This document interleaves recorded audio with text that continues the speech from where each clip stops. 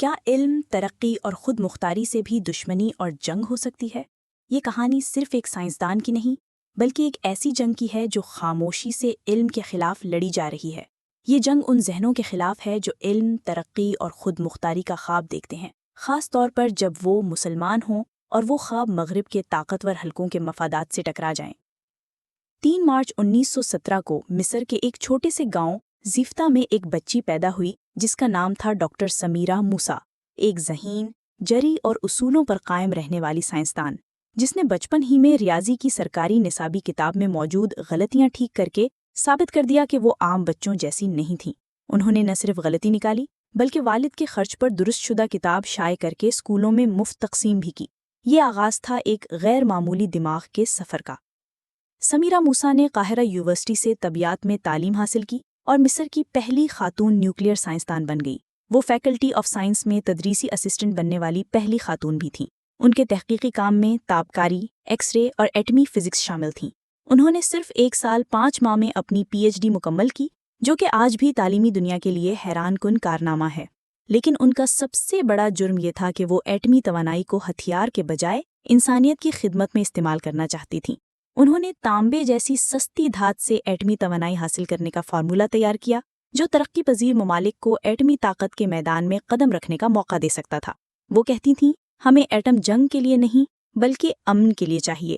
ان کا یہ نظریہ، ان کی تحقیق اور ان کی آواز بہت طاقتور تھی اور خطرناک بھی۔ ان کے اسی خواب نے انہیں عالمی ایٹمی سیاست کا نشانہ بنا دیا۔ 5 اگست 1952 کو امریکہ میں انہیں ایک ریسرچ لیب کا دورہ کرنے کی دعوت ملی۔ دورے کے دوران ان کی گاڑی ایک پہاڑی سے نیچے جا گری، ڈرائیور غائب تھا، میزبان سائنسدان خود موجود نہیں تھیں اور سمیرہ موسیٰ کی موت کو حادثہ قرار دے کر فائل بند کر دی گئی۔ لیکن وقت کے ساتھ یہ حقیقت سامنے آئی کہ یہ ایک سوچی سمجھی کارروائی تھی۔ الجزیرہ کے ڈاکیومنٹری ہو کلڈ سمیرہ موسیٰ میں یہ انکشاف کیا گیا کہ اسرائیلی خفیہ ایجنسی موساد نے انہیں راستے سے ہٹایا کیونکہ وہ اسرائیل کے ایٹمی عزائم کے خلاف تھیں اور عرب دنیا کے لیے سستی اور پرامن نیوکلیئر ٹیکنالوجی کا خواب دیکھتی تھیں۔ سمیرہ موسیٰ تنہا نہیں تھیں۔ ایسے کئی مسلمان سائنسدان تھے جنہیں پراسرار انداز میں مارا گیا، خاموش کر دیا گیا یا گمنامی میں دھکیل دیا گیا کیونکہ ان کی تحقیق طاقت کے موجودہ عالمی ڈھانچے کے لیے خطرہ بن سکتی تھی۔ ڈاکٹر ریم البنا، فلسطین سے تعلق رکھنے والی خاتون ریسرچر جنہوں نے اسرائیلی حکومت کی نیوکلیئر پالیسیز پر شدید تنقید کی۔ ان کی موت کو بیماری کا نتیجہ قرار دیا گیا، لیکن ان کے قریبی افراد نے ہمیشہ شبہ ظاہر کیا کہ یہ کوئی قدرتی موت نہیں تھی۔ ڈاکٹر آر فاضل، عراق کے کیمیکل اور نیوکلیئر ہتھیاروں کے ماہر، جنہوں نے امریکہ کے حملے سے قبل عراقی نیوکلیئر پروگرام کے غیر عسکری پہلوؤں پر تحقیق کی۔ ان پر 2003 میں ایک کار حملہ کیا گیا اور وہ موقع پر جاں بحق ہو گئے۔ ڈاکٹر مسعود علی محمدی، ایران کے ایک نیوکلیئر سائنسدان جنہیں 2010 میں بم دھماکے میں قتل کر دیا گیا۔ ایران نے الزام موساد پر لگایا۔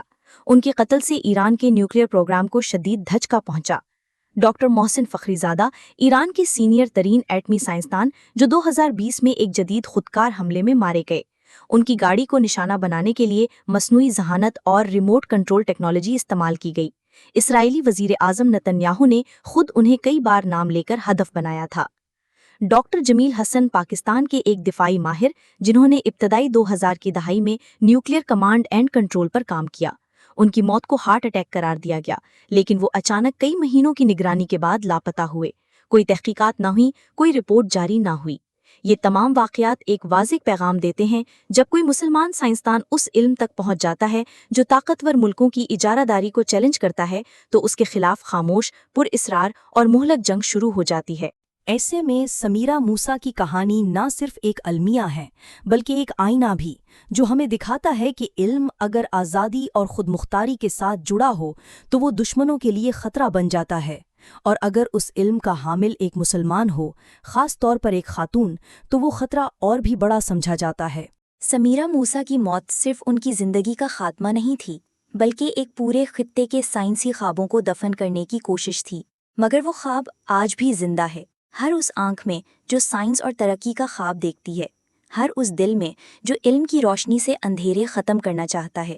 ایٹمی سائنس، نیوکلیئر ریسرچ یا طبیعیات یہ صرف مضمون نہیں، طاقت کا ہتھیار ہیں، اور جو قومیں اس ہتھیار کو سمجھ لیتی ہیں وہ غلامی سے آزاد ہو جاتی ہیں۔ اسی لیے سمیرہ موسیٰ جیسے لوگوں کو ختم کیا جاتا ہے، اور اسی لیے ہمیں ان کی قربانی کو یاد رکھنا ہے۔ اگر ہم نے اپنی کہانیوں کو یاد نہ رکھا تو دوسروں کے لکھے گئے افسانے ہی ہماری حقیقت بن جائیں گے۔ یہ صرف ایک سائنسدان کی موت کی کہانی نہیں ہے، یہ علم کی طاقت سے خوفزدہ دنیا کا اصل چہرہ ہے۔ نائجیریا کی ایک یونیورسٹی میں مسلم طالب علم اور نوجوان فزکس ریسرچر ڈاکٹر سمیع عثمان، جو نیوکلیئر توانائی پر کام کر رہے تھے، ایک روز اچانک لاپتہ ہو گئے۔ کئی دن بعد ان کی لاش ایک دریا سے ملی اور آج تک ان کی موت کی اصل وجوہات سامنے نہیں آ سکیں۔ ایران کے مشہور نیوکلیئر سائنسدان ڈاکٹر محسن فخری زادہ کو دارالحکومت تہران کے قریب قتل کر دیا گیا۔ وہ ایران کے پرامن نیوکلیئر پروگرام کے اہم ترین دماغ تصور کیے جاتے تھے۔ ان کے قتل کے بعد ایران نے اقوام متحدہ میں شدید احتجاج کیا، لیکن آج تک قاتلوں کی شناخت مکمل طور پر سامنے نہیں آ سکی۔ عراق کے مشہور بائیو ٹیکنالوجی ماہر ڈاکٹر ہادی سلیمان کو امریکی حملے کے بعد مبینہ طور پر گرفتار کیا گیا، لیکن وہ کبھی واپس نہیں آئے۔